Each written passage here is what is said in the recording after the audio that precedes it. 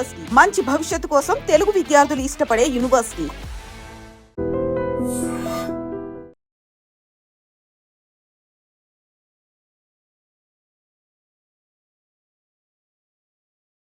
నిజామాబాద్లో గుడి కట్టారు. అసలు ఆ గుడి నిజంగా ఇంతకుముందు చాలాసార్లు మీరు విజిట్ చేయమని చెప్పారు, కుదరలేదు. డెఫినెట్గా ఈసారి విజిట్ చేస్తాను సార్ ఫ్యామిలీతో.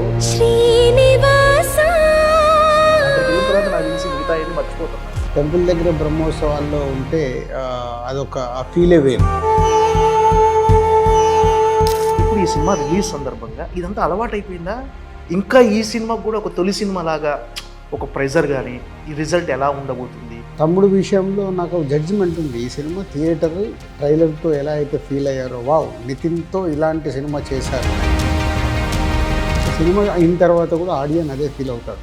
అంత పర్టికులర్గా ఉండడానికి కారణం ఏంటి సార్? ఎగ్జాంపుల్ నాకు ఖైదీ తమిళ్ కార్తీ సినిమా, అలాగే విరూపాక్ష సాయిధరం తేజ్తో చేసింది, అవి రెండు థియేటర్లో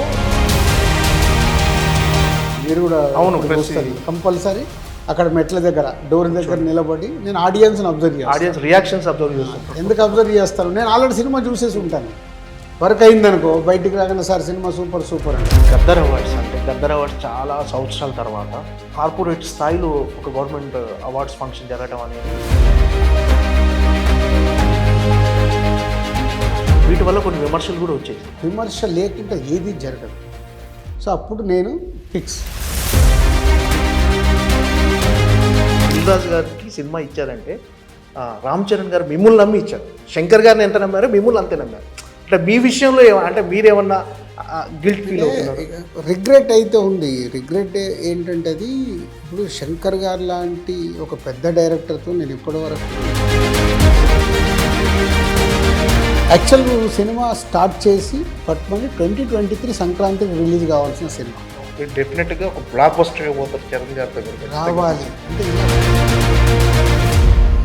మమ్ము కాచువాడు, మీ మనసు దోచువాడు, మంగళాకారుడు, శ్రీ శ్రీనివాసుడు, ఇలా దిల్రాజు గారు బ్యానర్ అనగానే ఒక పాజిటివ్ వైబ్రేషన్తో స్టార్ట్ అవుతుంది సార్ సినిమా.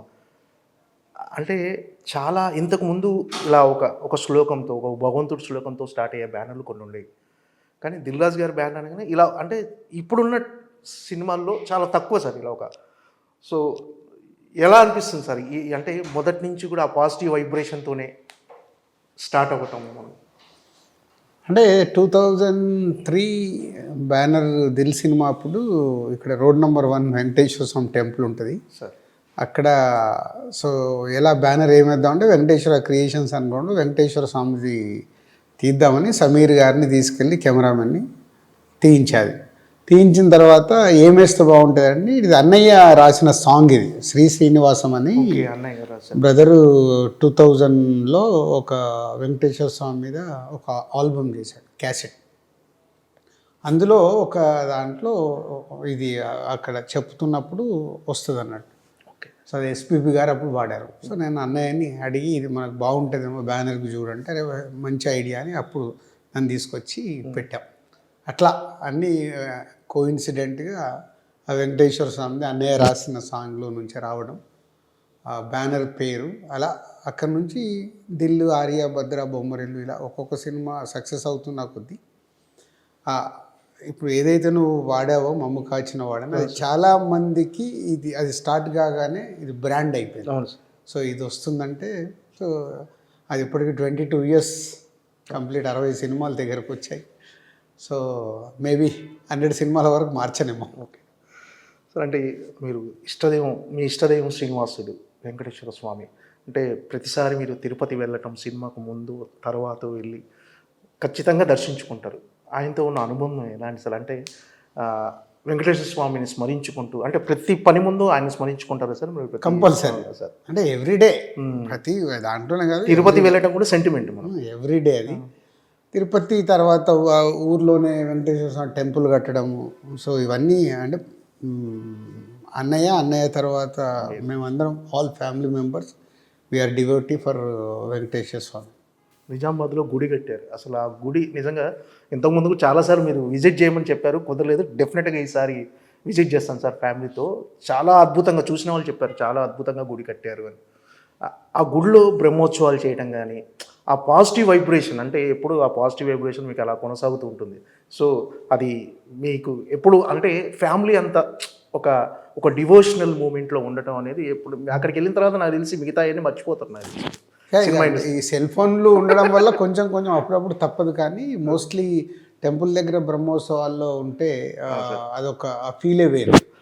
అన్నీ మర్చిపోయి స్వామివారి స్మరణ చేస్తూ అక్కడ టైం స్పెండ్ చేయడం అనేది అది మా పూర్వజన్మ సుకృతం అంతే. దిల్ రాజు గారు అంటే ఎప్పుడు నవ్వుతూ స్మైల్గా ఉంటాడు, స్మైలింగ్ ఫేస్. అంటే లోపల అగ్నిపర్వతాలు బద్దలవుతున్నా, ఎలాంటి ప్రెషర్స్ ఉన్నా పైకి మాత్రం రేలంగి మావయ్యలా హ్యాపీగా బాగున్నారా అన్నట్టుకుంటా. అంటే అంటే మీరు ఉన్నది ఉన్నట్టుగా ముక్కుసూటిగా మాట్లాడతారు, కానీ స్మైలింగ్గా లోపల అగ్నిపర్వతాలు బద్దలవుతున్నా ఎవరికి తెలియనివ్వరు. ఏంటి సార్ ఆ ఎమోషన్ ఎలా కంట్రోల్ చేసుకుంటారు అసలు? మామూలుగా ఒకేసారి మీ మైండ్లో రకరకాలే రన్ అవుతుంటాయి.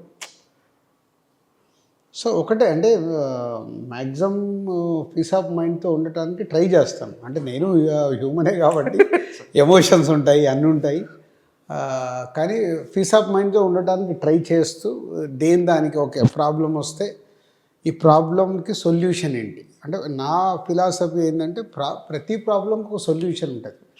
సొల్యూషన్ లేని ప్రాబ్లం ఉండదు ప్రపంచంలో. మనిషి డెత్ తప్పితే ఇంకా వేరేది ఏది ప్రాబ్లం కాదు నా లెక్కన. ఓకే, డెత్ కూడా ఏంది మన చేతిలో ఉండదు, అది ఎలా రాసి పెట్టి ఉంటుంది. మనం పోయిన తర్వాత మన గురించి ఏడ్చే వాళ్ళు ఉంటారు, కానీ అదేంటో మనకు తెలియదు.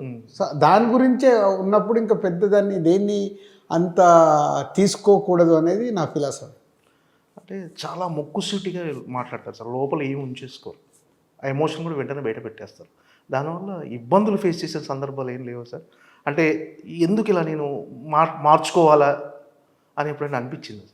అంటే ఇప్పుడు ప్రతి ఒక్క మనిషిలో ఒక బిహేవియర్ ఉంటుంది, ఒక style of living life style ఉంటుంది. నాదేంటంటే నేను 90% స్ట్రేట్ ఫార్వర్డ్గా మాట్లాడడానికి ఇష్టపడతాను. సో 10%లో ఇక్కడ ఇప్పుడు మనం పర్సన్తో మాట్లాడుతున్నప్పుడు ఇబ్బంది ఉంది, ప్రాబ్లంకు నాకు సొల్యూషన్ కనిపిస్తలేదు అన్నప్పుడు సైలెంట్గా ఉంటాను. సైలెంట్గా ఉండి టైం కోసం వెయిట్ చేస్తాను, అప్పుడు చెప్పడం జరుగుతుంది. అంటే ఇప్పుడు నా చుట్టుపక్కల ఎవరైతే క్లోజ్గా ఉంటారో వీళ్ళందరితో నాది ఒకలాగా ఉంటుంది. సో నాది ఏది ఇలా ఇప్పుడు బయటకు చెప్పాల్సింది ఏదైతే ముక్కుసూటిగా ఉంటుందో వీళ్ళందరి దగ్గర అలా ఉండదు. ఎందుకు? వాళ్ళందరూ నాకు క్లోజ్, నా వల్ల ఇప్పుడు వాళ్ళు హర్ట్ అవుతారు. సో నేను సైలెంట్గా ఉండడం వల్ల కూడా వాళ్ళు హర్ట్ అవుతారు. అంటే మీరు సైలెంట్గా ఉన్న అర్థమైపోద్ది వాళ్ళకి, మీరు ఏమనుకుంటున్నారు అర్థమైపోద్ది. సో అట్లా అంటే సాధ్యమైనంత మట్టుకు స్ట్రేట్ ఫార్వర్డ్గా అనిపించింది చెప్పేస్తే అయిపోద్ది కదా. దానివల్ల ఎదుటోళ్ళు టెంపరీగా బాధపడవచ్చు, బట్ లాంగ్ రన్లో మేబీ అర్థమవుద్ది. ఇక అర్థం చేసుకోలేని వాళ్ళతో ఏముంటుంది, మనకి ఇంకా రిలేషన్ ఉండదు. సో రిలేషన్ లేనప్పుడు మనం అర్థం చేసుకున్నప్పుడు ఇంకా రిలేషన్ అవసరం లేదనేది నా ఫార్ములా. ఓకే, అంటే దిల్ రాజు గారు పీక్స్ అంటే సక్సెస్లో పీక్స్ చూశారు, ఆ ఎమోషన్ వేరు, ఫెయిల్యూర్ కూడా చూశారు. అంటే ఇప్పుడు present me status of mind ఎలా ఉంది? అంటే ఇప్పుడు ఈ సినిమా రిలీజ్ ఉంది అంటే ఎన్నో సక్సెస్ చూశారు, ఫెయిల్యూర్ చూశారు, అన్ని రకాల మనుషుల్ని చూశారు. ఇప్పుడు ఈ సినిమా రిలీజ్ సందర్భంగా ఇదంతా అలవాటైపోయిందా? ఇంకా ఈ సినిమాకు కూడా ఒక తొలి సినిమా లాగా ఒక ప్రెజర్ కానీ, ఈ రిజల్ట్ ఎలా ఉండబోతుంది, ఎలా రిసీవ్ చేసుకోబోతారు జనాలు అని ఒక బేసిక్గా ఇప్పుడు ఇంతకు ముందుకి ఇప్పటికి ఏంటంటే వచ్చిన ఎక్స్పీరియన్స్తో సినిమా నేను ఎడిటింగ్ రూమ్లో చూసినప్పుడే నాకు ఒక జడ్జిమెంట్ ఉంటుంది. ఓకే, ఈ సినిమా ఇలా వర్క్ అవుతుంది, ఇలా వర్క్ అవ్వదు. సో ఇప్పుడు తమ్ముడు విషయంలో నాకు జడ్జిమెంట్ ఉంది, ఈ సినిమా థియేటర్ డైరెక్టర్ ఏదైతే అనుకున్నాడో ఆ ఎక్స్పీరియన్స్ ఇవ్వబోతుంది. సో ఆ ఎక్స్పీరియన్స్తో ఆడియన్స్ బయటకు వచ్చినప్పుడు ట్రైలర్తో ఎలా అయితే ఫీల్ అయ్యారో, వావ్ నితిన్తో ఇలాంటి సినిమా చేశారు. సో సినిమా అయిన తర్వాత కూడా ఆడియన్స్ అదే ఫీల్ అవుతాడు, ఓ నితిన్తో ఒక డిఫరెంట్గా భలే ట్రై చేశారు, మళ్ళీ ప్రాపర్ కమర్షియల్గా ఉంటుంది, ప్రాపర్ ఎమోషన్ ఉంటుంది. 2 hours 25 minutes నియర్లీ లెంత్ ఉంది సినిమా. సో ఆడియన్ ఎంగేజ్ అవుతాడు, ఆడియన్ ఒక ఎక్స్పీరియన్స్ ఫీల్ అవుతాడు అనేది నేను యావిడ్లో చూసినప్పుడు సౌండ్ ఎలా రాబోతుంది, విఎఫ్ఎక్స్లు ఎలా ఉండబోతున్నాయి అనేది నాకు ఒక ఐడియా ఉంటుంది. కాబట్టి అవన్నిటితో నేను ఊహించుకొని చాలా రిలాక్స్గా ఉన్నాను. ఓకే, సో ఈ సినిమాకి ఇప్పుడు ఛాలెంజ్ సో నితిన్కి కంటిన్యూగా లాస్ట్ 4-5 ఫిలిమ్స్ వర్కౌట్ అవ్వలే. ఇప్పుడు ఆడియన్ని థియేటర్కి తీసుకురావాలి. సరే థియేటర్కి వచ్చాక కదా వాళ్ళు ఎక్స్పీరియన్స్ ఫీల్ అయ్యేది. సో థియేటర్కి తీసుకురావడానికి ఏం చేయాలనేది ఎక్కువ ఆలోచిస్తూ, సో మీ మీడియా వాళ్ళందరినీ కలవడానికి కూడా అదొక మేజర్గా రీజన్. అందరినీ కలిసి నా సినిమా గురించి నేను చెప్పేయాలి, చెప్తే ఇది మీడియా ద్వారా ఆడియన్స్కి రీచ్ అవుతే, అరే రాజుగారి ఇలా చెప్తున్నారు, ట్రైలర్ ఆల్రెడీ వచ్చింది, ఈరోజు రిలీజ్ కాబోతున్న సాంగ్ ఒక అమ్మవారి సాంగ్ ఉంటుంది, అది డివైన్ టచ్ బాగుంటుంది. ఇవన్నీ మెటీరియల్ చూస్తూ రాజుగారు చెప్పింది వాళ్ళకు నచ్చితే వాళ్ళు జూలై 4th థియేటర్కి వచ్చిందనుకో వాళ్ళ ద్వారా ఆడియన్స్ దగ్గరికి వెళ్తుందని నమ్ముతున్నాను. మొదటి నుంచి కూడా రాజుగారు కంటెంట్ ఈజ్ కింగ్ అని నమ్మే నిర్మాతల్లో చాలా తక్కువ మంది నిర్మాతలు రాజుగారు ఒకరు. అంటే ఈ సినిమా దిల్ రాజు గారి బ్యానర్లోనే చేయాలి, దిల్ రాజే తీయాలి అన్నంత ఇన్స్పైర్ చేసిన అంశం ఏంటి అసలు? ఈ కథ వేణు శ్రీరామ్ గారు చెప్పినట్టు ఇప్పటి వరకు అన్న చెల్లెళ్ళు అక్క ఇలాంటి కథలు వచ్చినాయి సార్. అంటే ఇందులో something special. Total is a different film ఇది. అన్న తమ్ముడు అక్క స్టోరీ బేస్ అయినా దీనికి డైరెక్టర్ ఇప్పుడు ఎంసీఏ వకీల్ సాబ్ తర్వాత డైరెక్టర్ చేస్తున్న సినిమా. సో శ్రీరామ్ వేణుకి, సో వేణుకి కూడా చాలా ఇంపార్టెంట్ ఫిలిం. సో వేణు చాలా జాగ్రత్తగా ఈ సినిమాని థియేటర్లో ఎక్స్పీరియన్స్ ఎలా చూపించాలనే దాని గురించి 150 days ఈ సినిమా షూట్ చేశాడు. అంటే జాగ్రత్తగా షూట్ చేశాడు. అంటే ఆ షార్ట్స్ ఎలా కావాలి ఏంటి. 80% సినిమా ఫారెస్ట్లో ఉంటుంది, అంటే లైట్ కోఆపరేషన్ ఉండదు. నైట్లో షూటింగ్ ఉంది, నైట్లో షూటింగ్ ఉన్నప్పుడు ఆ లైట్ సెటప్ ఇట్లా చాలా హోంవర్క్ చేస్తూ వాళ్ళు చేశారు. Almost we spended 75 crores budget ఈ సినిమాకి. 35 crores ఈజ్ ఫర్ మేకింగే. ఓకే, 35 crores మేకింగ్ మీద ఎక్కువ స్పెండ్ చేసాం. అలాగే లాట్ ఆఫ్ విఎఫ్ఎక్స్ 2 hours 25 minutesలో చిన్నగా పెద్దగా చూస్తే 2 గంటలు సినిమా విఎఫ్ఎక్స్లోనే ఉంటుంది. అంటే చిన్న షాట్ కావచ్చు, పెద్ద షాట్ కావచ్చు, అట్లా చూస్తే. సో ఎక్స్పీరియన్స్ ఇవ్వడానికి ఒక కొత్త అప్రోచ్ ఈ సినిమా. మా బ్యానర్లో అయితే ఇంతకుముందు వచ్చినట్టు ఏ సినిమాతో దీన్ని పోల్చలేము. ఒక ఎక్స్పీరియన్స్ ఫిలిం. పోతే ఇప్పటి వరకు రాని రిలేషన్ మా బ్యానర్లో వచ్చిన దాంట్లో నాన్న కొడుకు బొమ్మరిల్లు కావచ్చు, శతమానం భవతి 3 generations కావచ్చు, బలగం 3 generations మీద, అలాగే సీతమ్మ వాకిట్లో బ్రదర్స్ మీద, ఇట్లా అన్ని ఎమోషన్స్ టచ్ అయినాయి. వేణు తీసిన ఎంసీఏ మరిది వదిన మీద. సో ఫస్ట్ టైం ఒక తమ్ముడు అక్క స్టోరీ మా బ్యానర్లు ఇప్పటి వరకు రాలేదు. సో తమ్ముడు అక్క మీద ఒక డిఫరెంట్ అప్రోచ్గా ఉండే ఒక యాక్షన్ థ్రిల్లర్ ఫిలిం ఇది. అండ్ విత్ వాళ్ళ ఎమోషన్ ఉంటూ ఒక ఎక్స్పీరియన్స్ ఇచ్చే సినిమా. అంటే మామూలుగా ఇది ఈ సినిమా ఫ్యామిలీ ఆడియన్స్ డెఫినెట్గా టార్గెట్ చేసిన సినిమా ఇది. నాట్ ఓన్లీ ఫ్యామిలీ, ఈ సినిమా చిన్నపిల్లలకి, ఫ్యామిలీస్కి, మాస్కి, యూత్ కూడా లైక్ చేస్తారు. ఫ్యామిలీ, సో ఇది అందరికీ నచ్చే సినిమా. అంటే ఫ్యామిలీ ఆడియన్స్ అంటే దాంట్లో కాంబో పిల్లలు కూడా వచ్చేస్తారు సార్, కిడ్స్ కూడా అందరూ వచ్చేస్తారు. అంటే ఇలాంటి సినిమాకి, అంటే ఒక ఎమోషన్స్తో క్యారీ అయ్యే సినిమాకి టెక్నికల్గా కూడా అంత సౌండ్గా ఉండాలి, టెక్నికల్గా కూడా ఎక్స్పీరియన్స్ ఇవ్వాలి, థియేటర్కల్ ఎక్స్పీరియన్స్ ఇవ్వాలి అంటే అంత పర్టికులర్గా ఉండడానికి కారణం ఏంటి సార్ ఈ సినిమా విషయం? అదే అంటే ఇప్పుడు కోవిడ్ వచ్చిన తర్వాత నార్మల్ సినిమాలు థియేటర్లో ఆడియన్స్ ఎగ్జైట్ అవ్వట్లేదు. సో వేణు నాకు చెప్పినప్పుడు కూడా సార్ ఈ సినిమాని ఇలా తీద్దాం అనుకుంటున్నాను, ఇలా చేసినప్పుడే మనం ఆ ఎక్స్పీరియన్స్ ఇవ్వగలుగుతామని. అంటే ఎగ్జాంపుల్ నాకు ఖైదీ తమిళ్ కార్తీ సినిమా, అలాగే విరూపాక్ష సాయిధరం తేజ్తో చేసినాయి, అవి 2 థియేటర్లో వాళ్ళు తీసుకున్న థీమ్లో నుంచి ఒక ఎక్స్పీరియన్స్ ఇచ్చారు. సో ఎగ్జాంపుల్ అలా తమ్ముడు అలా ఒక ఎక్స్పీరియన్స్ త్రూఅవుట్ టెంపోలో ఉంటూ ఒక ఎక్స్పీరియన్స్ ఇస్తుంది. సో దీనికి కావాల్సిన టెక్నికల్ వాల్యూస్ అన్నీ చేస్తూ ఆ విఎఫ్ఎక్స్లు కానీ సౌండ్ కానీ అన్ని జాగ్రత్తలు తీసుకుంటాం. సార్ వేణు శ్రీరామ్ గారు శ్రీ వెంకటేశ్వర క్రియేషన్స్ నుంచే డైరెక్టర్గా పరిచయం అయ్యాడు. దాని తర్వాత 2వ సినిమా ఎంసీఏ మన బ్యానర్లో చేశాడు, 3వ సినిమా వకీల్ సాబ్ చేశాడు, ఇప్పుడు ఈ సినిమా సార్. అంటే కంటిన్యూగా ఆ డైరెక్టర్, అంటే వేణు శ్రీరామ్ అనే డైరెక్టర్ బయట చేయకుండా ఓన్లీ వెంకటేశ్వర క్రియేషన్స్లోనే చేస్తున్నాడు. అంటే ఇచ్చిన కంఫర్ట్స్ అలాంటియా? అంటే బేసిక్గా డైరెక్టర్కి ప్రొడ్యూసర్కి ఒక వేవ్ లెంత్ ఉండాలి, అది నేను నమ్ముతాను. నాతో పనిచేస్తున్న డైరెక్టర్స్, నంబర్ ఆఫ్ మూవీస్ చేస్తున్న డైరెక్టర్ ఇప్పుడు అనిల్ రావిపూడి ఇన్ని సినిమాలు చేశాడు అంటే మాకు ఒక వేవ్ లెంత్. అలాగే వంశీ పైడిపల్లి ఆల్మోస్ట్ అన్ని ఫిలిమ్స్ ఇక్కడే చేశాడు, ఒక ఊపిరి తప్పితే ఒక వేవ్ లెంత్. అంటే అలాగే శ్రీరామ్ వేణు ఇది 4వ సినిమా. వేవ్ లెంత్ అంటే ఒక డైరెక్టర్కి ప్రొడ్యూసర్కి డైరెక్టర్ ఏం కోరుకుంటున్నాడు అనేది నాకు అర్థం అవ్వాలి. అరే ఆ రాజుగారు అయితే ఇక మేము అడిగింది చెప్పగానే ఓకే ఇది వర్క్ ఇది అవుతుంది కాదు అనేది మాట్లాడతాడు. అలాగే వాళ్ళ దాంట్లో కూడా నేను అలాగే చెప్తాను. స్క్రిప్ట్ విన్నప్పుడు లేదు నాకు ఇది ఎక్కడ నచ్చట్లేదు, ఒకసారి ఏదో రాంగ్ వెళ్తున్నట్టుంది, చెక్ చేసుకోండి అంటే ఇప్పుడు నేను చెప్పిన డైరెక్టర్లు అందరూ చెక్ చేసుకుంటారు. ఓకే, రాజుగారు అంటున్నారు ఏంటి ఒకసారి చూద్దామని. అలా ఎడిటింగ్ రూమ్లో నాకు ఎక్కడైనా అనిపిస్తే ఇక్కడ లెంత్ అనిపిస్తుంది, ఇక్కడి నుంచి ఇక్కడికి కనెక్ట్ అవ్వట్లేదు, ఇప్పుడు ఎమోషన్ కనెక్ట్ అవ్వట్లేదు, లేకుంటే ఇక్కడ కొంచెం ల్యాగ్ అనిపిస్తుంది, ఇవన్నీ నాకు అనిపించినాయని చెప్తే వాళ్ళు నోట్ చేసుకుంటే వాళ్ళు వర్క్.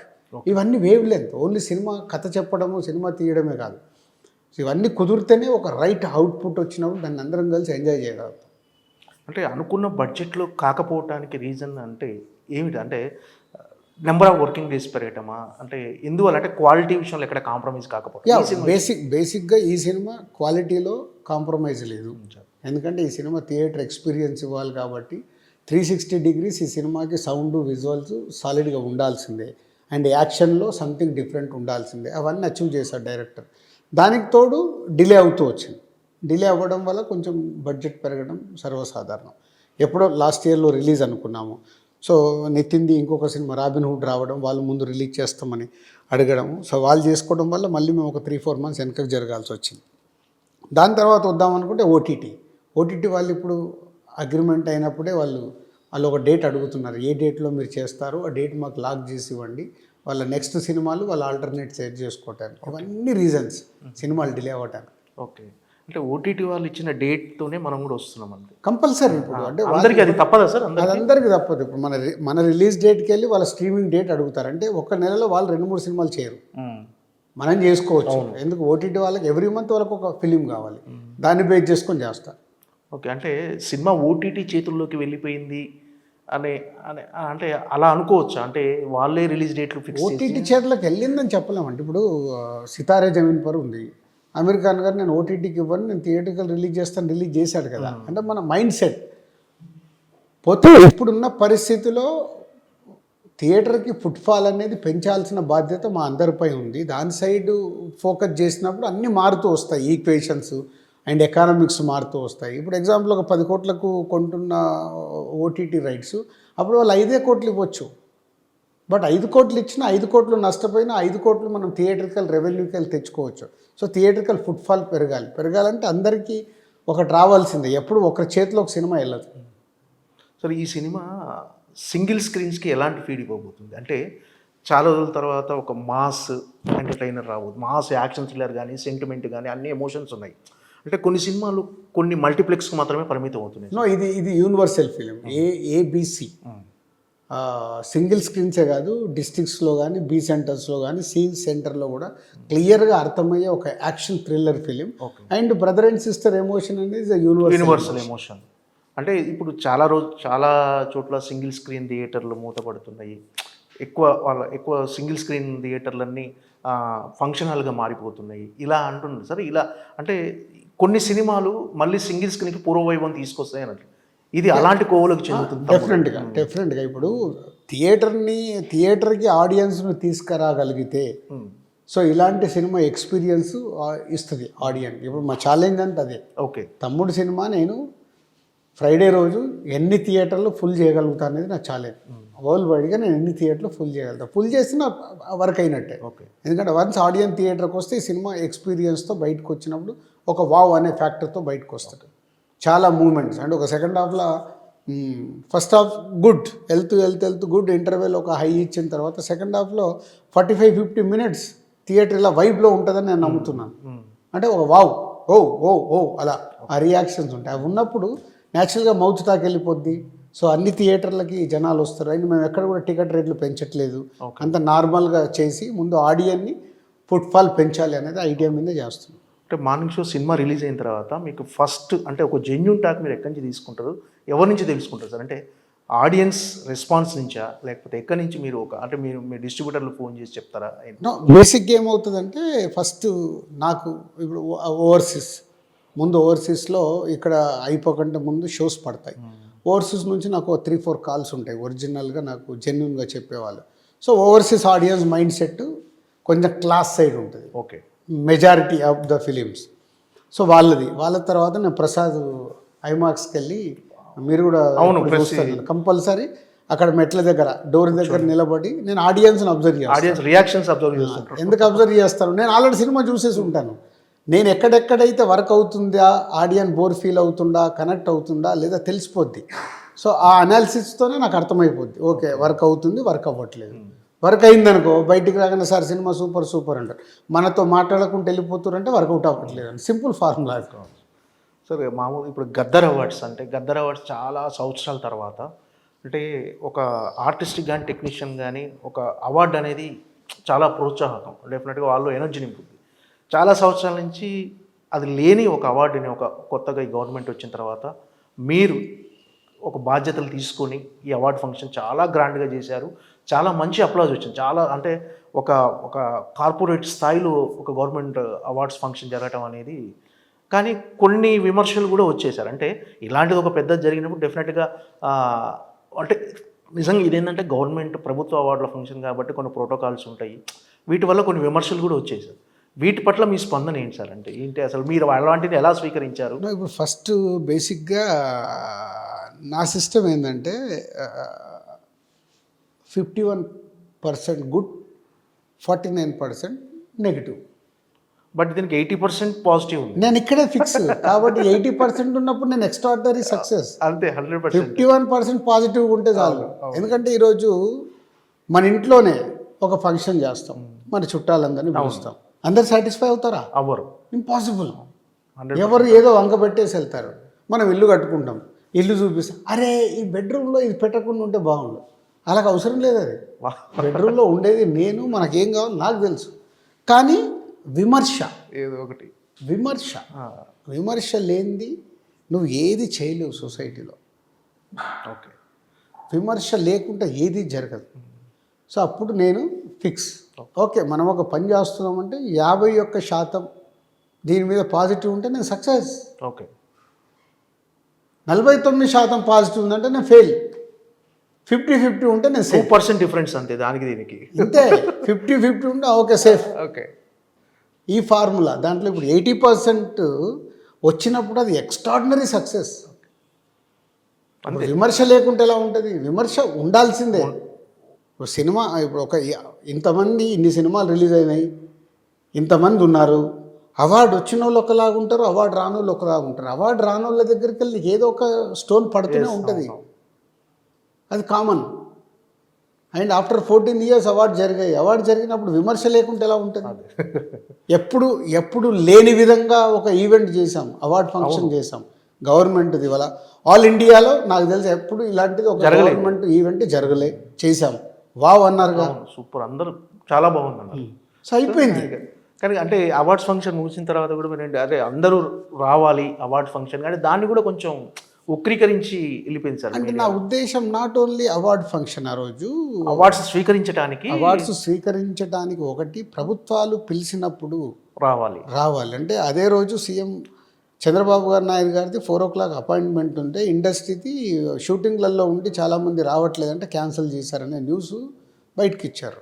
ఓకే, సో ఇది అవార్డుకి 14 సంవత్సరాల తర్వాత తెలంగాణ గవర్నమెంట్లో అవార్డు ఫంక్షన్ జరిగితే చాలామంది కారణాలు ఏదైనా కావచ్చు.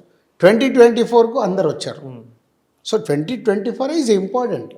2024 ఎవ్వరు మిస్ అవ్వకుండా అందరు వచ్చారు, ఎక్సెప్ట్ తుల్కర్ గారు ఒకరు, వాళ్ళ ఫ్యామిలీలో ఎవరు ఎక్స్పైర్ అవుతే ఆయన రాలేనన్నట్టు ముందు కమ్యూనికేట్ చేశారు, అందరు వచ్చారు. అంతకుముందు 10 yearsలలో ఆన్ అండ్ ఆఫ్ ఉంది. పోతే అది నేను స్వీకరించాలి. ఆ 10 yearsది ఇస్ ఎ బోనస్. ఆ 10 సంవత్సరాల అవార్డ్స్ ఇచ్చిన just is a bonus. Telangana form అయిన తర్వాత గ్యాప్ రాకుండా ఉండాలనే ఉద్దేశంతో ఒకసారి డిస్కషన్లో ఒక సినిమాకు ఎవ్రీ ఇయర్ ఒక సినిమా అవార్డు అనుకో, లేదు 3 సినిమాలని జ్యూరీ లేదు చేయమంటే అది చేసి ఇట్స్ అ క్లీన్ జ్యూరీ. పోతే దాంట్లో కొన్ని విమర్శలు, అరే ఈ సినిమా కాదు అలా వచ్చంటే వాళ్ళ 100 లెక్కలేసుకునే చేస్తారు జ్యూరీ. ఎందుకు ఇవ్వాలి ఎందుకు ఇవ్వకూడదు వాళ్ళకు దాంట్లో ఉంటారు. సీఎం గారు కానీ గవర్నమెంట్ నుంచి కానీ ఎఫ్డీస్ నుంచి నేను చైర్మన్గా కానీ ఎక్కడ ఇన్వాల్వ్మెంట్ లేదు. జ్యూరీ ఏది ఫైనల్ చేస్తే అది ఇచ్చాం. సో 2024కు 100% అటెండెన్స్ ఉంది. So success. So AP visit కూడా చాలామంది షూటింగ్ ఉందని క్యాన్సిల్ చేస్తే నాకు అది ఎందుకో అంటే డిప్యూటీ సీఎం గారు 1 ఇయర్ అయింది, ఇక్కడ గవర్నమెంట్ ఫామ్ అయ్యి ఇండస్ట్రీ నుంచి చంద్రబాబు గారిని సీఎం గారిని ఎవరు కలవలేదు అని వాళ్ళ ఆఫీస్ నుంచి ఒక స్టేట్మెంట్ వచ్చినప్పుడు, సీఎం గారు అపాయింట్మెంట్ ఇచ్చి పిలిచినప్పుడు అన్ని పనులు మనం వదిలేసుకొని వెళ్ళాలి కంపల్సరీ. అలాగే రేపు అక్కడ అవార్డ్స్ ఉంటాయి అవును. అనుకుంటున్నాను, అక్కడ కూడా నంది అవార్డ్స్ పెడతారు.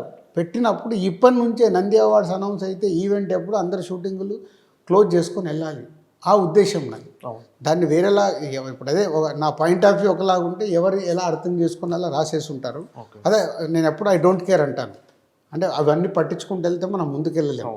మనం ఏ పని చేసినా మన మీద ఒక స్టోన్ పడకుంటే అది వరకే కాదు, స్టోన్ పడాల్సిందే. దాంట్లో కొన్ని ఫ్లవర్స్ పడతాయి, కొన్ని స్టోన్స్ పడతాయి. ఫ్లవర్స్ తీసుకున్నప్పుడు స్టోన్స్ కూడా తీసుకోవాలి. దిల్ రాజు అనేది busiest producer in Tollywood sir. కానీ ఇంత బిజీగా ఉన్న మీరు ఎఫ్డీసీ చైర్మన్గా ఆ బాధ్యత తీసుకోమన్నప్పుడు అరే తలకు మించిన భారంలో ఆల్రెడీ మీరు ఎలా అంటే దాన్ని ఒప్పుకోవడానికి రీజన్ ఏంటి సార్? అంటే నిజంగా మీరున్న బిజీలో దానికి టైం కేటాయించడం అనేది డెఫినెట్గా ఒక ఛాలెంజింగ్. అంటే యాక్చువల్ సీఎం రేవంత్ రెడ్డి గారు నాకు అడిగిన తర్వాత నేను చాలా రోజులు చిన్న పాజ్లోనే ఉన్నాను. ఓకే, ఇవన్నీ ఆలోచించుకోవటానికి రైటా రాంగా, ఇది పొలిటికల్ యాంగిలా. సో సీఎం గారేమో లేదు, నాకు సినిమా ఇండస్ట్రీకి గవర్నమెంట్కి ఒక బ్రిడ్జ్ లాగా ఉండాలి నువ్వు, ఎందుకంటే తెలంగాణ నుంచి your the Telangana person and ఇండస్ట్రీలో నీకు one of the important role play చేస్తున్నావు. సో నువ్వు ఉంటే సో ఏ గ్యాప్స్ రాకుండా ఉంటాయి. అండ్ హైదరాబాద్ని ఫిలిం హబ్లాగా చేయాలి. ఈ రెండే నాకు సీఎం గారు చెప్పినాయి. సో ఫిలిం హబ్లాగా చేయాలంటే నీలాంటి వాళ్ళు ఉన్నప్పుడే ఇది జరుగుద్ది. లాస్ట్ తెలంగాణ వచ్చి 10 సంవత్సరాలు అయిపోయింది. అంతకుముందు ఒక 2-3 ఇయర్స్ నుంచి ఎఫ్డీసీ అనేది ఎలాంటి మూమెంట్స్ కార్యక్రమాలు జరగలేదు, టోటల్ డెడ్గా ఉంది. సో రిక్వైర్డ్ అంటే ఒక 2 months టైం తీసుకొని మళ్ళీ డిప్యూటీ సీఎం గారు ఒకరోజు పిలిచి ఏమైంది 2 నెలలు అవుతుంది సీఎం గారిని చెప్పి నువ్వు అలా ఉంటే, లేదు నువ్వు ఉండాల్సింది మా అది ఉద్దేశం ఇదని డిప్యూటీ సీఎం గారు, అలాగే మళ్ళీ కోమటిరెడ్డి వెంకటరెడ్డి గారు మళ్ళీ పిలిచి వాళ్ళు ఇద్దరు మాట్లాడితే అప్పుడు నేను ఓకే చెప్పడం జరిగింది. ఇక అక్కడి నుంచి నేను టైం డిజైన్ చేసుకుంటూ టీముని అక్కడ ప్రాపర్గా పెడుతూ నేను నా ఆఫీస్ నుంచి కూడా టీముని ఇన్వాల్వ్ చేసి వర్క్స్ ఏది ఆగకుండా ఇప్పుడు ఈవెంట్ ఫస్ట్ ఈ Telangana Gaddar film awards first focus చేసాం. తర్వాత చిల్డ్రన్స్ ఫిలిం మళ్ళీ హైదరాబాద్లో ఎలా చేయాలనేది వర్కౌట్ చేస్తున్నాం. అలాగే సీఎం గారు అండ్ గవర్నమెంట్ చూస్తున్న ఫిలిం హబ్ ఎలా క్రియేట్ చేయొచ్చు అనేది చూస్తాం. అంటే నాకు దిల్ రాజు అనే వ్యక్తి, నేను మీ దిల్ సినిమా దగ్గర నుంచి మీతో చూస్తున్నాను సార్, ట్రావెల్ అవుతున్నాను. నాకు ఇప్పుడు ఒక వింటేజ్ దిల్ రాజు గారిని కోరుకుంటే, అంటే ఆ టైంలో దిల్ రాజు గారు అంటే కొత్త కథలు వింటూ కొత్త టాలెంట్ని ప్రోత్సహిస్తూ అలా కోరుకుంటున్నాను సార్. మళ్ళీ వింటేజ్ దిల్ రాజు, కొత్త సినిమాలు, కొత్త కథలు. ఎస్, ఇప్పుడు నెక్స్ట్ సాటర్డే రోజు దిల్ రాజు డ్రీమ్స్ అనేది వెబ్సైట్ లాంచ్ చేస్తున్నాం. దాని గురించే సార్. సో నన్ను నేను అప్గ్రేడ్ చేసుకోవడం. ఒక 22 years బ్యాక్ నేను స్టార్ట్ అయినప్పుడు నేను కొత్త దర్శకులతో కొత్త వాళ్ళతో చాలా ఫ్రెండ్లీగా ఉంటూ అందరు కొత్త దర్శకులు ఒక 10 మంది 12 మందిని ఇప్పటికి ఇంట్రడ్యూస్ చేసాం అవుట్ ఆఫ్ 60 ఫిలిమ్స్లో. So Dil Raju dreams total కొత్త వాళ్ళ కోసమే, సినిమా ఇండస్ట్రీలోకి రావాలనుకునే కొత్త వాళ్ళ కోసమే ప్లాట్ఫామ్ క్రియేట్ చేసి వర్క్ స్టార్ట్ అయింది. టోటల్ 1.5 year నుంచి వర్క్ చేస్తున్నాను, అయిపోయింది. ఈ 28th లాంచ్ అయిన తర్వాత డెఫినెట్గా ఇయర్లీ మినిమం 5-6 కొత్త దర్శకుల్ని ఇంట్రడ్యూస్ చేయడానికి అవకాశం ఉంది మాకు. అది వర్క్ చేస్తున్నాం. అలాగే not only directors, writers, technicians, హీరోలుగా, హీరోయిన్స్గా, యాక్టర్స్గా, ఈవెన్ ప్రొడ్యూసర్స్గా రావాలనుకునే వాళ్ళకు కూడా అది ప్లాట్ఫామ్ క్రియేట్ చేస్తుంది. సో డబ్బు ఉంటుంది, ప్రొడ్యూస్ చేయాలి, బట్ వాళ్ళకి రూట్ ఉండదు.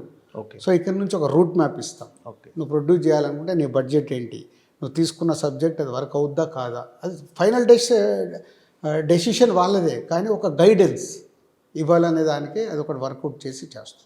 మీ 25 ఏళ్ళ సినీ జర్నీలో సక్సెస్లు ఉన్నాయి, ఫెయిల్యూర్స్ ఉన్నాయి సార్. ఒకవేళ ఇప్పుడు అంటే కొన్ని మనకు తెలియకుండానే కొన్ని తప్పులు జరిగిపోతుంటాయి సార్. ఒకవేళ ఒక టైం మిషన్ లాంటిది వచ్చి దిల్ రాజు గారు అందులో ఉండి ఎక్కి మీరు వెనక్కి వెళ్ళే ఛాన్స్ వస్తే ఏ తప్పును కరెక్ట్ చేసుకొని మళ్ళీ వస్తారంట, అంటే ఇది జరగకుండా ఉంటే బాగుండు అని, అలాంటిది ఏమైనా ఉందా సార్? అంటే ఏం లేదు, తప్పులతోని తప్పు అని కాదు, బట్ అలా జరిగిపోయింది. లైఫ్లో మన లైఫ్ జర్నీలో ఎప్పుడు ఏది కొత్తది వచ్చినప్పుడు అలా పాతది మనకు అద్భుతంగా ఉంటుంది. సార్ పాతే అద్భుతాలే. అది అంటే ఇప్పుడు ఇప్పుడు నాకు ఆర్యా తీసినప్పుడు కానీ, దిల్ తీసినప్పుడు కానీ, భద్రా తీసినప్పుడు కానీ, బొమ్మరిల్ తీసినప్పుడు, పరుగు, మున్న, కొత్త బంగారు లోకం, అవన్నీ అద్భుతమైన ఎక్స్పీరియన్స్లు. అవును అద్భుతం. ఆ రోజులు అవన్నీ ఆ రోజులు నేను ఎంజాయ్ చేసి ఇప్పుడు చూస్తే ఇప్పుడు నేను ఆ ఎంజాయ్మెంట్ మిస్ అయిపోయాను. ఎందుకంటే లాట్ ఆఫ్ వర్క్స్, గుర్తు చేసుకుంటే ఒక మంచి కిక్ వస్తుంది ఇప్పుడు. Lot of works. ఇప్పుడు ఎలా చేయాలి, వర్క్స్ని నేను డివైడ్ చేసుకొని ఓకే వర్క్ చేస్తున్నాను, పని చేస్తున్నా యాజ్ ఇట్ ఈస్గా. అన్ని పనులు అలాగే. అప్పుడు ఎడిటింగ్ రూమ్లో చాలాసేపు ఉండేవాళ్ళం. ఇప్పుడు రెడీ పెట్టండి, చూపించేయండి, చూసేసి మళ్ళీ వెళ్ళిపోయి నోటీస్ రాసుకొని మళ్ళీ వచ్చి నాకు ఇవి అనిపించినాయని రాసిస్తున్నాను. అప్పుడు అలా కాదు, ఎడిటింగ్ రూమ్లో కూర్చొని ఇమ్మీడియట్గా పిలిచి వాళ్ళతోనే టైం స్పెండ్ చేసి నాకు అనిపిస్తున్నాను అక్కడే ఉండి వాళ్ళు వర్క్ అయిపోయిన తర్వాత అప్పుడు మళ్ళీ ఒక్కసారి చూసి వెళ్ళేవా. ఇంత డిఫరెన్స్ ఉంది. ఓకే, అప్పుడు చేశాను, ఇప్పుడు చేస్తున్నాను. ఎక్కడైనా కాంప్రమైజ్ అవుతున్న ఫీల్ కలుగుతుందా సార్? అంటే డెఫినెట్గా ఒక వర్క్ పెరుగుతుంది, మీకు బడ్జెట్ పెరుగుతుంది. కాంప్రమైజ్లు ఈ మధ్య చాలా అయ్యాను. అవి నాకు సినిమా రిజల్ట్ల మీద పడింది. సో మళ్ళీ ఇప్పుడు ఫిక్స్ అయ్యాను. Okay okay, no no no, నేను కాంప్రమైజ్ అవ్వకూడదు. నాకు అనిపించి నేను మళ్ళీ ముగ్గురు నలుగురితో ఎప్పుడైతే డిస్కషన్ చేసినప్పుడు వాళ్ళకు కూడా అనిపించిస్తుందో సో ఐఎమ్ రైట్. సో ఇక్కడ కాంప్రమైజ్ అయ్యేది లేదు. మోమాటానికి సినిమా ఎక్కిచ్చేది లేదు. మోమాటాలకి చాలా రోజుల నుంచి ఉన్నాడు డైరెక్టరు, సరే బాగానే ఉంది కదా అని లేదు. ఇప్పుడు పరిస్థితులే బాగలేవు. So no compromise. Okay. So సినిమా ఎత్తుకుంటే ఫస్ట్లో ఎలా చేసామో ఇప్పుడు అలాగే చేద్దామని ఫిక్స్ అయ్యే వర్క్ చేస్తాం. అంటే ఈ బిజీ ప్రయాణంలో ఒక దగ్గర ఆగి అరే ఎటు వెళ్తున్నాం ఒక్కసారి అనాలిసిస్ చేసుకుంటారు సార్ ఎప్పుడన్నా? చాలా చేస్తాం.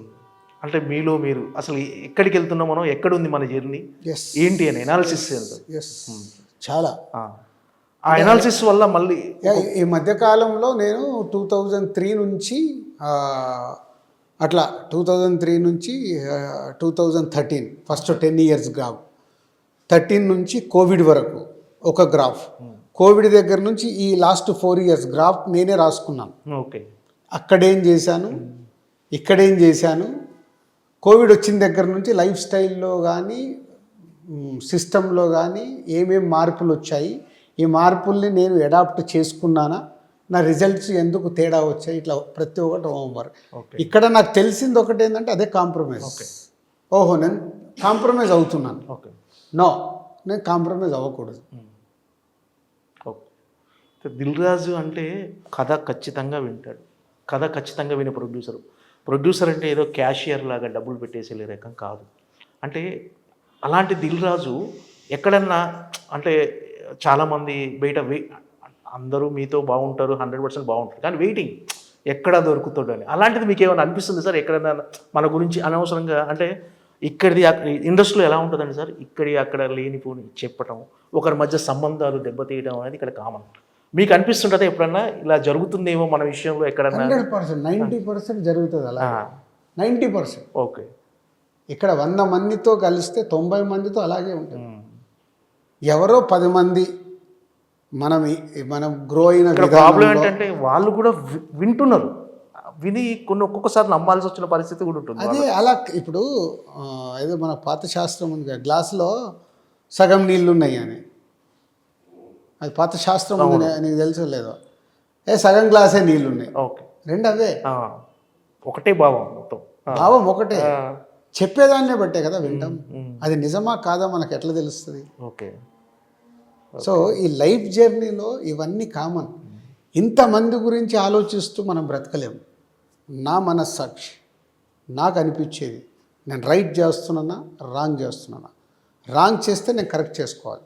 అరే ఇది నేను తప్పు చేశాను.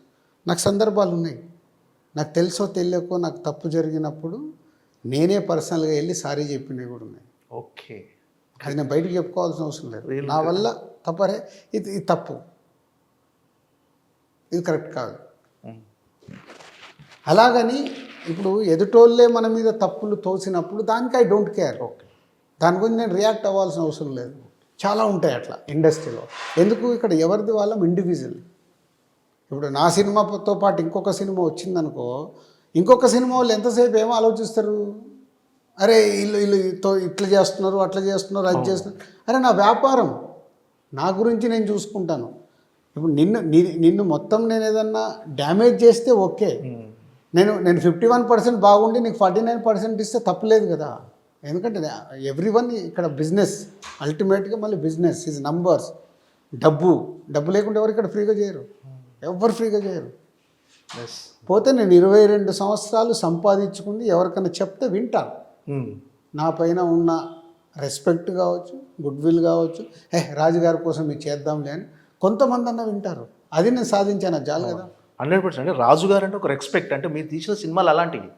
ఎగ్జాంపుల్ అంటే ఒక బలగం అనే సినిమా, అంటే అన్ని సినిమాలు ఆర్య కానీ, బొమ్మరిల్లు, కొత్త బంగారు లోకం, శతమానం భవతి కానీ, ఏ సినిమాకి ఆ సినిమానే. కానీ బలగం అనే సినిమా అసలు ఎప్పుడో మర్చిపోయిన జనాలందరూ తెరలు కట్టుకొని చూడటము, మీకు అంటే చాలామంది ఆ టైంలో ఎన్నికల క్యాన్వర్సింగ్ కూడా ఉపయోగించుకున్నారు బలగం అనే సినిమాని. అంటే అది తలుచుకున్నప్పుడు ప్రౌడ్గా అనిపిస్తుంది సార్ అలాంటి. డెఫినెట్గా. అంటే దానికంటే ముందు, బలగం సినిమా కంటే ముందు హర్షిత్ ఒకరోజు, సో ఇలా అంటే వాళ్ళందరూ కొంచెం సోషల్ మీడియాలో అక్కడిక్కడ ఉంటారు, నేను కొంచెం సోషల్ మీడియా దూరంగా ఉంటాను, ఎవరైనా పంపించింది చూడడం తప్పితే. హర్షిత్ ఎలా అయిందంటే 2023 బలగం మార్చిలో రిలీజ్ చేసాం. సో కొంచెం అక్కడ రకరకాలు అవి వస్తున్నాయి, ఇది ఉంది, అది ఉంది అని చెప్తే కూర్చోబెట్టుకుని ఒకటే చెప్పాను, హర్షిత్ ఇక్కడ గెలవాలంటే నువ్వు ఒక మంచి సినిమా ఇవ్వాలి. ఓకే, నువ్వు నెగిటివ్ ఏది వచ్చినా నువ్వు పట్టించుకోవచ్చు. ఎందుకంటే మన చుట్టూ నెగిటివ్ లేకుంటే నీ విలువ తెలియదు. నీ విలువ ఎప్పుడు తెలుస్తుంది?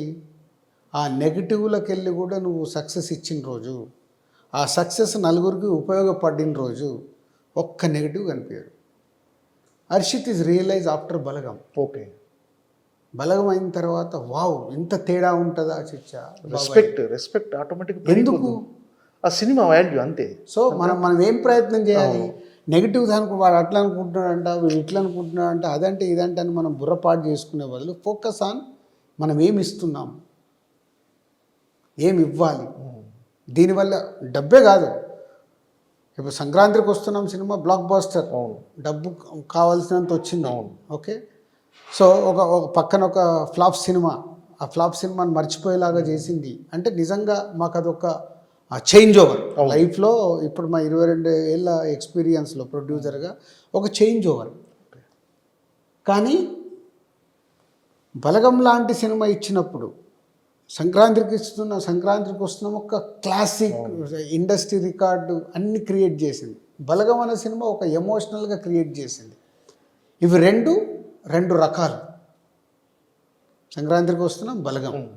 సో మేమే నంబర్ ఆఫ్ సినిమాలు తీసే వాళ్ళకి ఏంది, ఇట్లా కమర్షియల్గా మేము సినిమాలు ఇవ్వగలగాలి, ఎంటర్టైన్ చేయగలగాలి, ఇలా ఒక అద్భుతమైన సినిమాలు ఇవ్వగలగాలి. ఓకే, ఇప్పుడు F2 అనిల్ రావిపూడి తీసినప్పుడు నేను చెప్పాను, అనిల్ ఇది ఎంటర్టైన్మెంట్తో పాటు నువ్వు ఒక అద్భుతమైన మెసేజ్ ఇస్తున్నావు, నీకు తెలియట్లేదు దీంట్లో. సో మనం ఎంతసేపు మగాళ్ళ గురించే మాట్లాడతాము, సినిమా అంతా నవ్వుకుంటారు, నువ్వు ఆడాళ్ళ గురించి సీన్ రాసావు చూడు, ఈ సినిమానే మన సినిమా సూపర్ హిట్ చేస్తుందని. ఓకే, నాజర్ గారు చెప్పేసాను. It's a true. ఓకే, అప్పటి వరకు లేడీస్ మీద నవ్విస్తూ లేడీస్ ఇంపార్టెన్స్ చెప్పినప్పుడు సినిమాని బ్లాక్ బస్టర్ చేసేసారు F2. ఓకే, సో ఇలాంటి ఇంపార్టెంట్ థింగ్స్ అంటే మనం తీసే సినిమాల ద్వారా సక్సెస్ అవ్వాలి, డబ్బు రావాలి, ఎంతో కొంత వాళ్ళకు ఉపయోగపడేది ఉండాలి. దానివల్ల 100 మంది చూసినప్పుడు 1-2 దాని గురించి రియలైజ్ అయినా మేము చాలా సక్సెస్ అయినట్టు. ఓకే, అంటే మీరు ప్రతి హీరోకి వాళ్ళ కెరీర్లో మరపురాని సినిమా అంటే డెఫినెట్గా ఒక మైల్ స్టోన్ కానీ సినిమా ఇచ్చారు. ప్రభాస్ గారికి మిస్టర్ పర్ఫెక్ట్ కానీ, నెక్స్ట్ మన అల్లు అర్జున్ గారి అసలు కెరీర్ టర్నింగ్ ఆర్య అనేది, దాని తర్వాత డీజే ఇచ్చారు, నెక్స్ట్ మన ఎన్టీఆర్ గారికి బృందావనం అని బ్లాక్ బస్టర్ ఇచ్చారు, రామ్ చరణ్ గారికి గేమ్ చేంజర్ కొంచెం నిరాశపరిచింది. భవిష్యత్తులో అంటే రామ్ చరణ్ ఫ్యాన్స్ కానీ అందరూ దిల్ రాజు గారు మళ్ళీ రామ్ చరణ్కి ఒక బ్లాక్ బస్టర్ ఇవ్వాలని కోరుకుంటున్నారు సార్. ఆ ప్రయత్నాలు ఏమైనా మొదలుపెట్టారు మళ్ళీ? అంటే ఇప్పుడు చరణ్తో ఏ స్క్రిప్ట్ విన్నా ఈ స్క్రిప్ట్ ద్వారా చరణ్కి ఎలా అప్రోచ్ అవ్వచ్చు, ఎలా ఇది కథ చెప్పొచ్చు అని ఆలోచిస్తున్నాను లాస్ట్ 4 months నుంచి. అంటే ఇప్పుడు నాకు 2026లో ఇప్పుడు తమ్ముడు రిలీజ్ అయిన తర్వాత ఇంకొక సినిమా ఉంది, ఆకాశం దాటి వస్తావు. ఆ రెండు ఇప్పుడు రిలీజ్ అయిపోతాయి ఇయర్లో. ఇప్పుడు ఈ ఆగస్టు నుంచి మొదలు పెడుతున్నాం కొత్త సినిమాలు. రౌడీ జనార్దన అండ్ ఎల్లమ్మ బలగం డైరెక్టర్తో, అండ్ దేతడి అని ఆశిస్తూ ఒకటి, అండ్ ఇంకొక ప్రాజెక్ట్ కూడా ఫైనల్ అయింది. 4 2026లో రీచ్ అవుతాయి, రిలీజ్ అవుతాయి. సో 2026లో మొదలై 27లో రిలీజ్ అయ్యే సినిమాలు ఒక 6 స్క్రిప్ట్స్ చేసి పెట్టుకున్నాం. వాళ్ళు ఫైనల్ స్టేజ్లో ఉన్నాం 6 స్క్రిప్ట్లు. ఓకే. సో ఇప్పుడు ఈ 6 స్క్రిప్ట్లు ఎవరిని ఎలా అప్రోచ్ అవ్వాలి, దేంట్లో స్టార్ హీరో ఫిట్ అవుతాడు, దేన్ని ఎలా చేయాలనే ప్యారలల్గా వర్క్ చేస్తున్నాను. ఇంకో 2-3 మంత్స్లో నాకు క్లారిటీస్ వస్తాయి. ఓకే. సో ఓకే, ఇప్పుడు నరేషన్స్కి వెళ్తాం. స్క్రిప్ట్స్ అయిపోయిన తర్వాత నెక్స్ట్ నరేషన్స్కి వెళ్ళేటప్పుడు ఇది ఏ హీరోకి వెళ్దాము, ఇది ఏ హీరోకి వెళ్దాము, ఇది ఎవరితో చేద్దాము అనే దాని మీద వర్క్ స్టార్ట్ చేసాం. దాంట్లో డెఫినెట్గా I want approach. Sir, game changer విషయంలో రామ్ చరణ్ గారు శంకర్ని ఎంతైతే నమ్మి, డైరెక్టర్ శంకర్ గారిని ఎంతైతే నమ్మారో, దిల్ రాజు గారిని కూడా అంతే నమ్మి డేట్స్ ఇచ్చారు, ఆ సినిమా చేశారు. అంటే ఆ సినిమా విషయంలో దిల్ రాజు గారే కొంచెం ఎక్కడో కాంప్రమైజ్ అయ్యారు. దిల్ రాజు గారు అంటే ఆ శంకర్ గారితో జరిగిన ఇక్కడ అంటే ఆ ట్రావెలింగ్లో అంటే మీరే కొంచెం మీ వైపు నుంచి కొంచెం ఏమైనా జరిగిందా అని మీరు ఫీల్ అవుతున్నారా సార్ ఇప్పటికే? అంటే ఏం జరిగిందని అంటే ఆ కమ్యూనికేషన్ చేయడంలో కానీ, అంటే దిల్ రాజు గారికి సినిమా ఇచ్చారంటే రామ్ చరణ్ గారు మిమ్మల్ని నమ్మి ఇచ్చారు, శంకర్ గారిని ఎంత నమ్మారో మిమ్మల్ని అంతే నమ్మారు. అంటే మీ విషయంలో అంటే మీరేమన్నా గిల్ట్ ఫీల్ అవుతున్నారు? నాకు ఒక రిగ్రెట్ అయితే ఉంది. రిగ్రెట్ ఏంటంటే, అది ఇప్పుడు శంకర్ గారు లాంటి ఒక పెద్ద డైరెక్టర్తో నేను ఇప్పటి వరకు సినిమాలు చేయలేదు. నాకు 1-to-1 మాట్లాడుకునే డైరెక్టర్లతో నేను సినిమాలు చేశాను. 1-to-1 ఇట్లా కూర్చొని నాకు ఇది అనిపిస్తుంది ఏంటి, మార్పులు చేర్పులు ఉన్నా కూడా చెప్తారు, ఏదున్నా అక్కడైనా చెప్తాను. ఎడిటింగ్లో ఇప్పుడు శంకర్ గారితో సినిమా అనుకున్నప్పుడు శంకర్ గారు నాకు కథ చెప్పడము ఒక 45 minutes. మామూలుగా శంకర్ గారు ప్రొడ్యూసర్లకు కథ కూడా చెప్పరంట, నాకు ఎవరో చెప్పిన న్యూస్ అది. సో కథ చెప్పడము, కథ విన్న తర్వాత చరణ్కి నేను చెప్పి, అప్పుడు ఏంది కోవిడ్లో జూమ్లో వీడియో కాల్లో శంకర్ గారు చరణ్కి కథ చెప్పడం, అందరం ఓకే అనుకున్న తర్వాత ప్రాజెక్టు ఎలా వెళ్దాము ఏంటి అని. యాక్చువల్ సినిమా స్టార్ట్ చేసి ఫట్మని 2023 సంక్రాంతికి రిలీజ్ కావాల్సిన సినిమా ఓకే అనుకుంది. సంక్రాంతి ఆర్ సమ్మర్ అప్పుడు మేము పెట్టుకుంది 1 year to 1.5 yearలో చేయాలి, ఎగ్జాక్ట్లీ ఎలక్షన్స్ కంటే ముందు. ఓకే. తెలుగు స్టేట్స్లో కానీ సెంట్రల్ ఎంపీ ఎలక్షన్స్ కంటే ముందు ఈ సినిమా రిలీజ్ అవుతే ఆ పొలిటికల్ యాంగిల్, ఈ పాయింట్స్ అన్నీ ఆడియన్స్కు రీచ్ అవుతాయి అనే దాంట్లో ఎగ్జైట్మెంట్ నాకు. సో ఈ షూటింగ్ స్టార్ట్ అవ్వడం అన్నీ ఇంకా ప్రాసెస్ మొదలైన తర్వాత అన్నీ ఒకటి డిస్టర్బెన్స్లు స్టార్ట్ అవుతున్నాయి. ఒకటి కాదు, అవన్నిటినీ బ్యాలెన్స్ చేసుకుంటూ వెళ్తూ సినిమా కంప్లీట్ చేశాను. రిజల్ట్ రాలేదనే రిగ్రెట్ నాకు ఎక్కువ ఉండిపోయింది. అంటే ఇలాంటి ఒక బ్యానర్కి 50th ఫిలిం డెఫినెట్గా ఒక బ్లాక్ బస్టర్ అయిపోతారు చరణ్ గారితో రావాలి అంటే ఇలా మిస్ఫైర్ అవ్వబోతుంది అని ముందు నుంచే చిన్న 6th సెన్స్. ఎక్కడో ఏదో ఎలక్షన్స్ అయిపోయాయి, ఎలక్షన్స్ అయిపోయిన తర్వాత ఇప్పుడు ఆడియన్ మైండ్ సెట్ పొలిటికల్ది ఎంత మట్టుకు రీచ్ అవుతుంది, ఈ పాయింట్ ఇప్పుడు రెడీగా ఉన్నారా, కోవిడ్ తర్వాత డిఫరెంట్ సినిమాలు చూసేస్తున్నారు, ఇన్ని ఉన్నాయి. ఇవన్నిట్లో అర్థమవుతూ ఉంది ఒక 6th సెన్స్, ఒక డిస్టర్బ్. దానికి బడ్జెట్ ఎక్కడికో వెళ్ళిపోయింది, రెవెన్యూ రికవరీ అంత కనిపించట్లేదు, థియేట్రికల్ రెవెన్యూలో తేడా ఉంది. ఇన్నిట్లలో ఓకే అందరినీ జాగ్రత్తగా తీసుకెళ్ళి సినిమా కంప్లీట్ చేసి రిలీజ్ చేయగలం. ఓకే. ఫైనల్గా అంటే చాలామంది యువ నిర్మాతలు కానీ చాలామంది ఇండస్ట్రీ వచ్చే ముందు ప్రొడ్యూసర్గా దిల్ రాజు గారు ఇన్స్పిరేషన్ అని చెప్తారు సార్. ఫైనల్గా చెప్పండి సార్, అంటే ఇప్పుడు ఇండస్ట్రీకి రావటం వాళ్ళు సేఫ్ అంటారా కొత్తగా వచ్చే నిర్మాతలు? ఎవరన్నా ఇండస్ట్రీకి వస్తుంటే ఎప్పుడు మార్కెట్ ఉన్న సిచ్యువేషన్ అయితే వెరీ బ్యాడ్. మీ ఇంటర్వ్యూకి రాకుండా ముందు ఒకతను ఎవరో ఓపెనింగ్ కోసం పిలిస్తే అదే చెప్తున్నాను, ఎవరెవరు అని అంటే కూడా అదే చెప్తున్నాను. ఇప్పుడు సిచ్యువేషన్ కరెక్ట్ లేదు. ఇప్పుడు మీరు కొత్త వాళ్ళతో వీళ్ళతో సినిమా అంటున్నారేంటి, మీరు ముందు డైరెక్టర్ నువ్వురా నేను మాట్లాడతాను అంటే మనం చెప్తే వాళ్ళు వింటారని కాదు, వాట్ ఈజ్ రియాలిటీ. సిచ్యువేషన్ ఎలా ఉంది బయటికి వెళ్ళి చూసినప్పుడు లోపలికి వచ్చేటప్పుడు అన్నీ అద్భుతంగానే ఉంటాయి. సో లోపలికి వచ్చిన తర్వాత తెలుస్తుంది.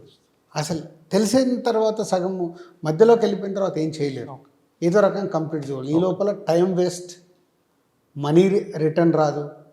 పోనీ ఆ ప్రాజెక్టు జరగడం వల్ల ఎవరికైనా ఉపయోగం అంటే ఎవరికి ఉపయోగము ఉండదు. ఎవరో ఒకరు బెనిఫిషియర్ కావాలిగా, ఎవరు బెనిఫిషియర్ కారు. ఇన్ని కారణాలు ఉంటాయి ఒక సినిమా చుట్టూ. ఓకే. సో ఇప్పుడున్న సినారియో చాలా జాగ్రత్తగా, అందుకే దిల్ రాజు డ్రీమ్స్. ఓకే. దాని ద్వారా అందరికీ సాధ్యమైనంత మట్టుకు హెల్ప్ చేస్తూ బిజినెస్ మోడల్లో చేద్దామనేది ప్రయత్నం. Thank you so much sir. మీరు ఇంత బిజీలో కూడా ఒక ఇంటర్వ్యూకు టైం అడగగానే ఇచ్చి మాకు ఇంటర్వ్యూ చేసే ఛాన్స్ ఇచ్చినందుకు thank you so much sir. All the best for Thammudu. డెఫినెట్గా బ్లాక్ బస్టర్ హిట్ అందుకోవాలని మనస్ఫూర్తిగా కోరుకుంటున్నాను sir. So evergreen Dil Raju fan నేను. డెఫినెట్గా మీరు బ్లాక్ బస్టర్ అందుకోవాలి సార్. Thank you Madhav.